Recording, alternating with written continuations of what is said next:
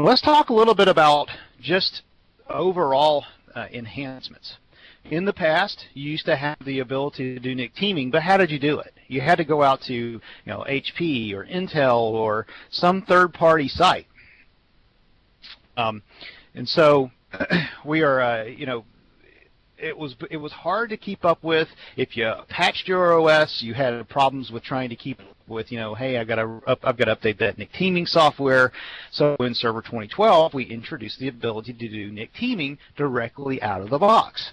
This is very simple to set up. You don't have to have the same network cards. You can do multiple ways of distributing the traffic, different algorithms based on switch ports, based on address hashing.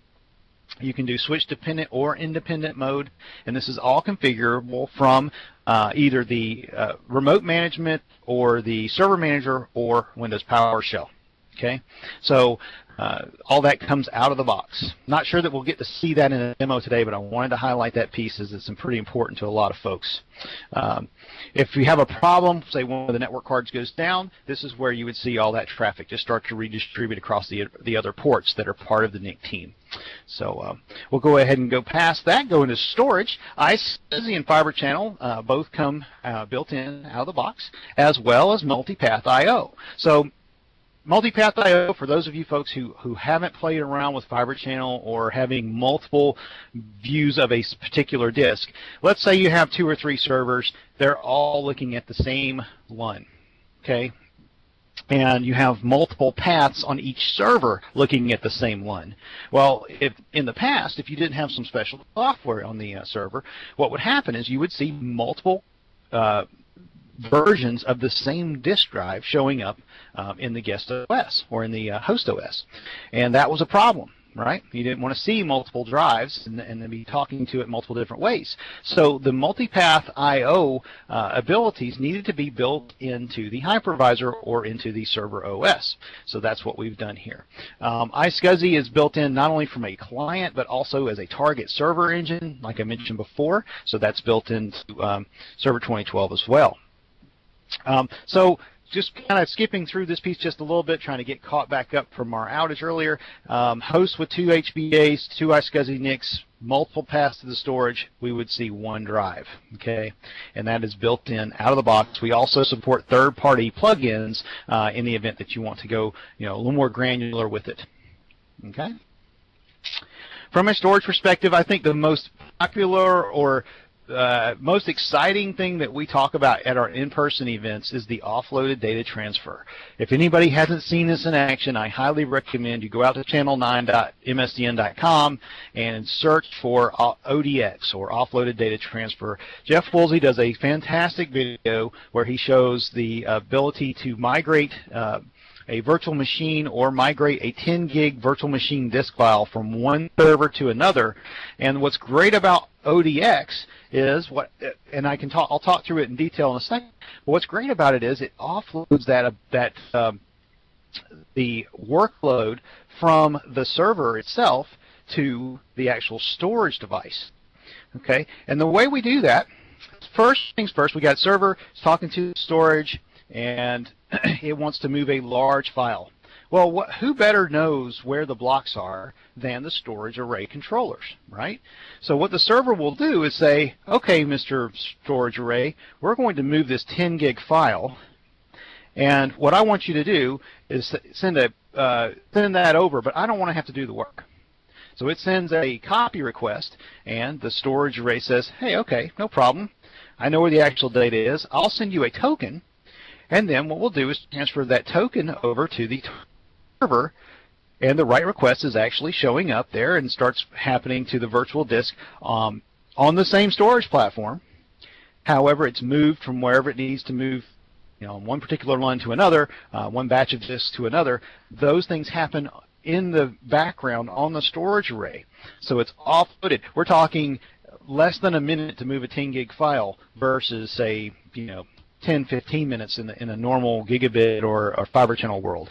So very fast, very efficient. Your storage array does need to support it, and then just need to pay attention to that piece of it.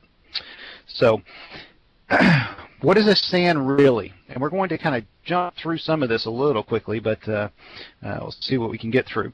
A SAN is two connectivity adapters, two controllers, and a bunch of disks, right? That's what a SAN is. And I've been showing this diagram or writing it on a whiteboard for about 7 or 8 years now, maybe 10 years. Same thing. Every storage array, every NetApp, every EMC, every Hitachi, this is what they look like, right? Every HP EVA. It's connectivity adapters, at least two. It's two controllers. It's connected to a bunch of disks. That's a redundant storage array. All right. Now, what is Microsoft in storage? It is a bunch of physical disks. It is two controllers, which are actually two clustered Server 2012 file servers running storage spaces that you can turn on thin provisioning and deduplication. And they can be simple, mirrored, or have parity. Okay? And then there's the connectivity adapters. We support gigabit, 10 gig, 56 gig RDMA adapters, which are fantastic if you have a large environment and need to move a lot of data quickly. Those RDMA adapters cannot be beat on speed and performance. Support VI SCSI, SMB3, and NFS connectivity. This is a great way to implement your own SAN. If you don't have the ability to go out and purchase one of those higher-end proprietary SANs from one of our partner vendors, this is a great way to get started, or create your own SAN if you're looking to do so.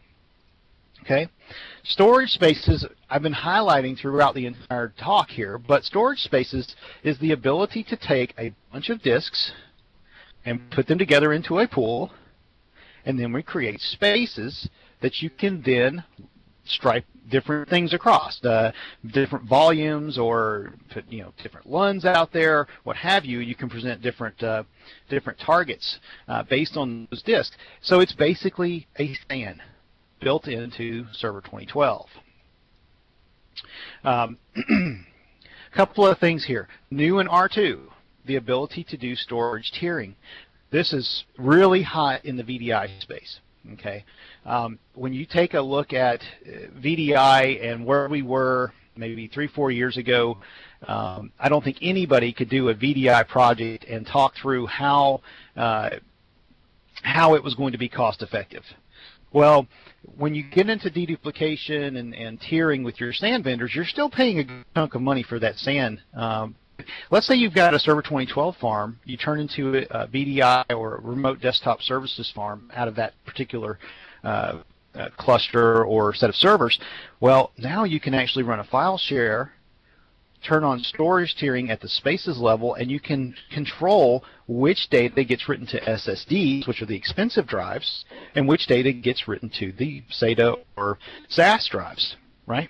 That is automatically pinned based on some algorithms that says, hey, what is my hot data, what is my cold data being migrated to that SAS level, hot data being migrated to the SSD level. But also, the admin can pin so that files are automatically pinned to the SSD level. Let's say you've got some virtual device or virtual disks that are tied to some of your VDI environment, and you really want those particular disks to be as fast as possible. Maybe it's your CEO, and he has, he's always wanting everything to be as fast as possible. Go ahead and pin his particular VHD to that SSD tier. And it's just as easy as going in and clicking and selecting that particular that tier for that particular file. I'm going to kind of jump through the next piece of storage space is physical architecture. What does this look like? You got your client devices. They talk through a gigabit or 10 gig E switch. Those talk to a highly available Hyper-V cluster. That is, if you can afford the multiple servers. If you're only running a single server environment, those, that's fine too. But we do recommend you try to have two at least. And they don't have to be clustered. They could actually be two separate nodes where you just turn on replication if you were trying to. But with a storage space environment, we like to go ahead and have that storage writing out to that shared dual 6 gig SAS HBA controller JBOD array. So that would be a shelf of drives and multiple connections for both servers.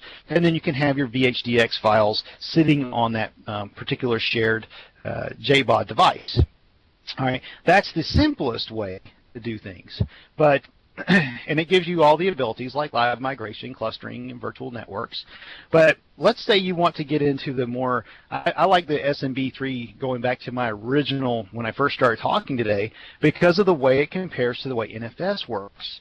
So while you don't have, unless you have like the storage appliance from VMware, you don't have the ability to write to an NFS storage on a ESX host, but VMware's capability of being a client with NFS has gone back many years. And in fact, I thought it was kind of funny when they first were bought by EMC because a lot of customers were doing NFS as their main way of talking with VMware. And since then, EMC has really recognized the importance of NFS and changed the way they're doing their storage. But they've also just recently released announcements about SMB 3.0 and how they're going to be implementing that. So I thought that was a pretty interesting article that I read, and seeing SMB 3 not just something Microsoft has done, but being a standard that will be used for running virtual workloads. So when you implement that cluster, you put that in front, scale out file server, that's new in 2012 R2, ability to scale out to up to 4 nodes that can sit in front of storage spaces and virtualize the storage pools and have the disks there. You have that particular cluster and those file shares ready for all of your servers to talk to and run their VMs on. Add in the SMB multi-channel capabilities or SMB direct RDMA capable NICs for offloading your network work to the NIC. Then you're really talking about a highly scalable, very fast, efficient way of doing computing and virtualization. So just take a look at that. We'll go in a little more detail with the architecture here. Which you'll see, this is how the architecture looks, and you'll be able to get these slides after this demo, so I'll won't go through all of this today, but this will give you the ability to run a highly available, all Microsoft technology environment for virtualization. Now, let's say you're a VMware admin and you just simply want to reduce your VMware storage costs. Well, Server 2012, build an NFS server cluster, put it in front of some JBOD. This looks exactly like the same picture we showed 2 or 3 slides ago with the Windows Server Hyper-V. This is exactly the same. So you basically run VMware vSphere hosts, have them pointed at NFS mounts over on the Server 2012 cluster, and then you have your JBOD sitting behind that, and everything runs that way. So this is a really quick way of eliminating maybe a slow SAN that you've bought in the past, or you don't have enough storage space or I/O capability left on your current SAN. This will be a really quick way to get in some of the extra I/O or disk space needed for your VMware farm. A little bit about SQL performance and VM performance. Okay, when we talk about application workloads running on an SMB share, we're only talking right now about SQL workloads or VM workloads. All right, those are the only 2 supported application mode file share capability that we officially support today at Microsoft. So Server 2012 SMB. What this slide tells me, or should say to you, is 98% of the speed seen by writing direct to disk. That's a 4 gig fiber channel, 22 10K RPM hard drives. This is identical servers running in this particular test. It was a 2% hit to write over SMB3 protocol than writing direct to disk. So a lot of IT pros and admins come to me at my events and say, hey man, I really love what you're saying about SMB3. But I'm never going to get my application guys or my virtualization guys to actually go for this, right? So I kind of go into, well, that may be true, but if you give this a shot and there's no degradation in performance and you're able to guarantee a much more secure method for putting their files out on the network, because we're talking about being able to do delegation, we'll talk about that later, permissions and rights and all that kind of thing, plus the ability to do the performance. You may want to invest in some RDMA NICs. Those are highly recommended, but the SMB multi-channel with NIC teaming and TCP offload engine and add on RDMA capability, and I think you're going to be blown away by the performance that happens there. So a couple of real quick slides and we're going to jump into the demo. Storage deduplication. in R2, we introduced the ability to deduplicate virtual desktop workloads, VDI workloads. So if you run through the remote desktop services implementation of a Server 2012 install, you'll see that you have the ability to now do deduplication of those workloads. Now, we're not saying go out and deduplicate on the host itself that's running Hyper-V. I would say you have your file share cluster, and then you turn on deduplication of the file share where you're running your virtual desktop VHD files. That's more of a recommended way of doing things. But the ability to do that reduces that file, reduces the disk space needed quite a bit. I mean, we're talking up to like 90%, because a lot of them are the same, just same files and chunk patterns is what they're called, across the board. And that's basically just going in and turning on a feature from Server 2012 in the management in Server Manager. Go in, you turn on deduplication, then you go turn it on particular volume, and voila, you're up and running. Add storage tiering to that, and now you have the ability to do deduplication plus pinning of the most important files to that high-speed disk. It's a really good way of doing things. This just got introduced this year, late this year, in Server 2012 R2.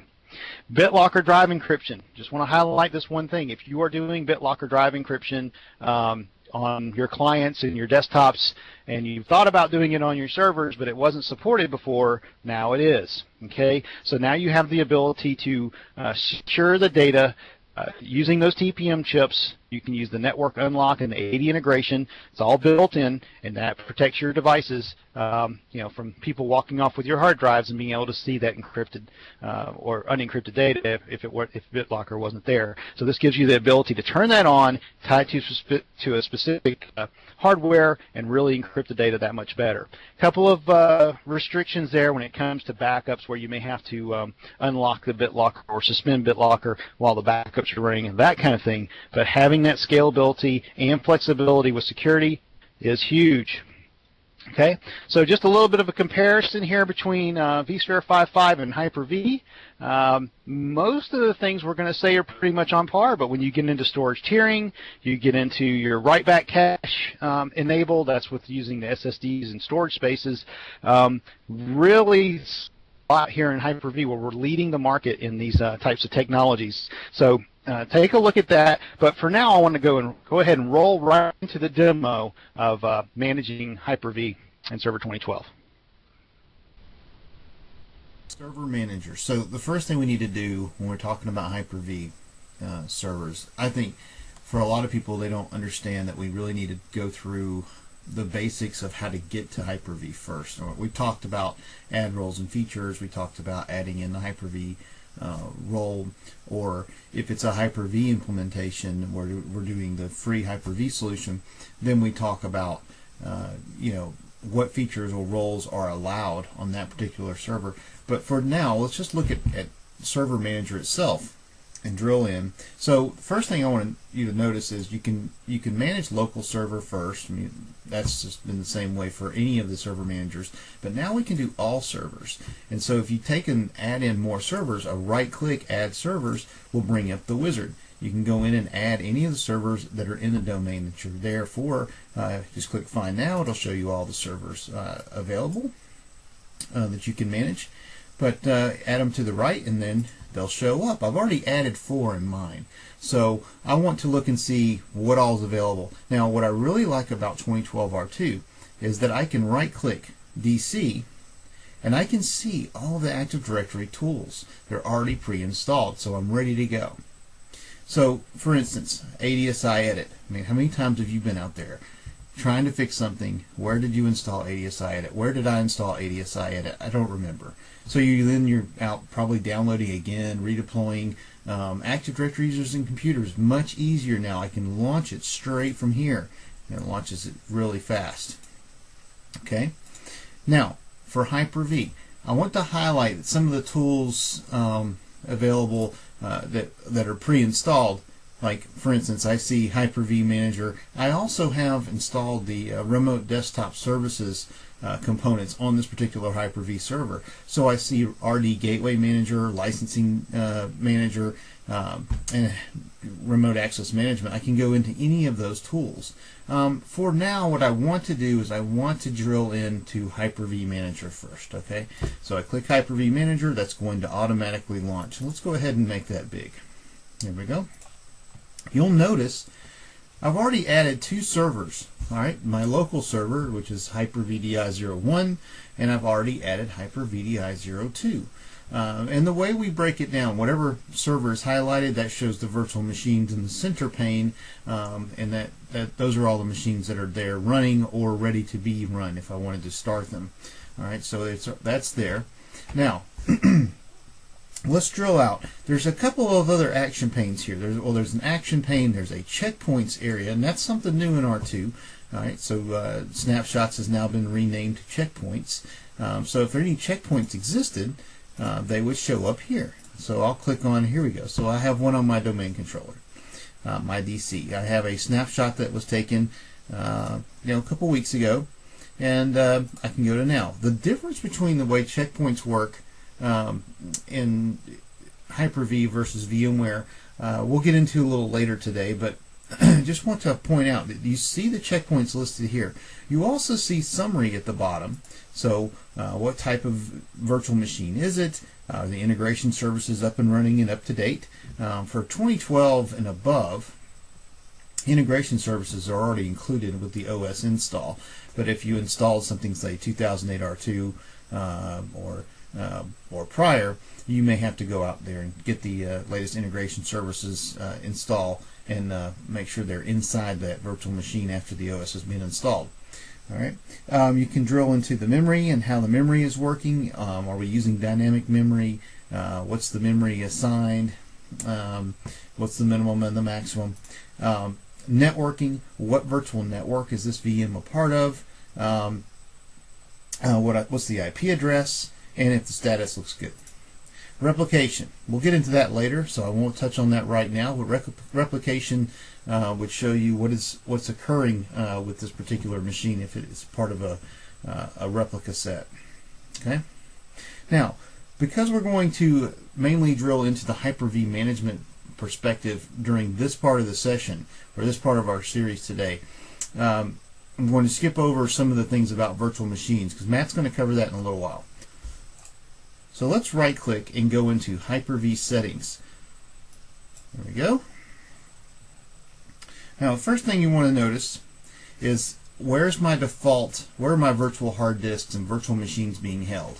Okay, so if you take a look, of course in a production environment you wouldn't choose the C drive, but for this demo lab that's what I've done.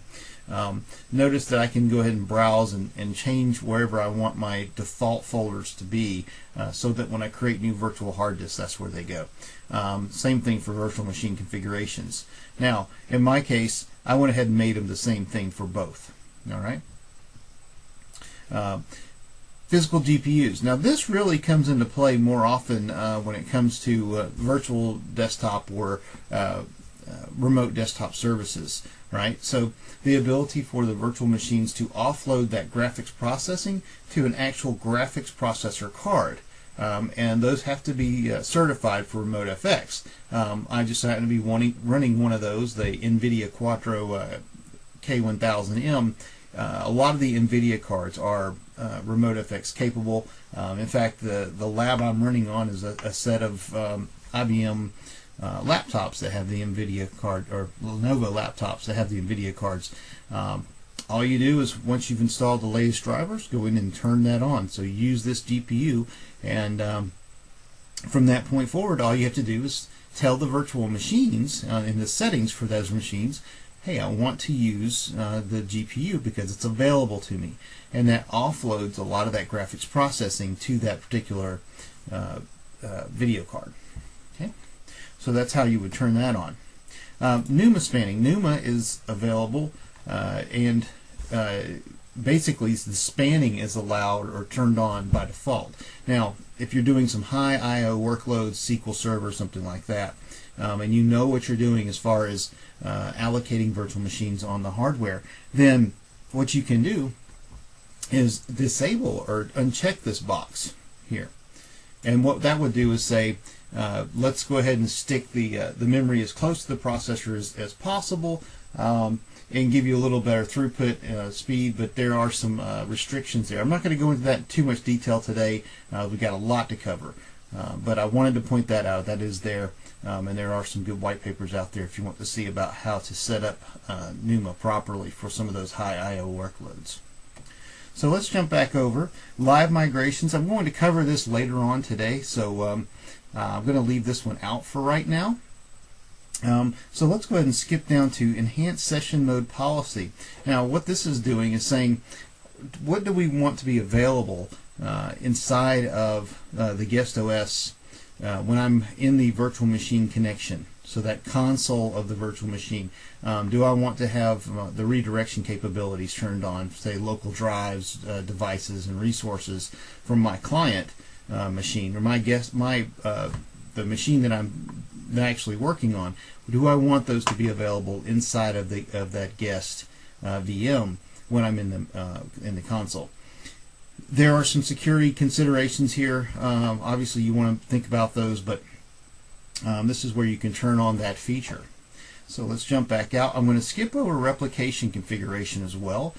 Replication configuration we will do in a later session, and we're going to talk all through replicas. So a couple of highlights here. By default, the keyboard settings. So if you take a look at the keyboard settings when it comes to the user, where do you want the key combinations to go? If you're in that virtual machine console, do I want them to be directed to the virtual machine or to the physical host? I like the latter one, the last one. Use on the virtual machine only when running full screen. That lets you have a little bit of differentiation there.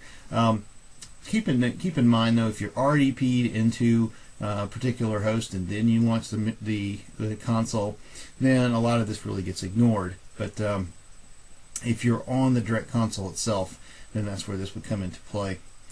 All right. Now, there's a big one here for the VMware admins out there. You remember Control-Alt-Escape and some of the other Control-Alt combinations. Well, in Hyper-V world, Control-Alt-Left arrow is the same as that. So what I'm saying is, you install, let's say you install some operating system, you don't have the integration services running yet, and your mouse and keyboard are locked inside that console session. You can't get back out to the host. Well, Control-Alt-Left arrow.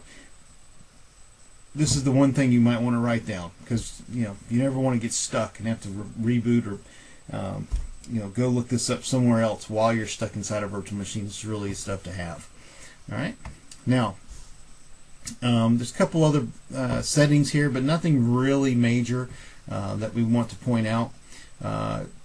Just wanted to show this is where a lot of the configuration work is done. And then if you take a look at, let's go back out here. If you take a look at the Hyper-V server, again, let's do a right click, and I want to take a look at a couple of things here. You've got stop service. So you've got stop service, you've got remove server, and refresh. One of the things that I've seen happen a couple of times, like let's say you lose your storage, or you've got some virtual machines that are in an error state because you couldn't get to the configuration files or what have you. Right click and stop and start the Hyper-V service will usually clear that right up. It will not affect the VMs that are already running, which is great as well. This is where you can also deploy new machines or import a virtual machine. For those of you running 2008 R2 or 2008 server, and you're trying to migrate some of those machines over, this is where you would do it. Basically, you can head out to virtualcloud9.com. I've got a write-up there about how to migrate older Hyper-V virtual machines over to Server 2012.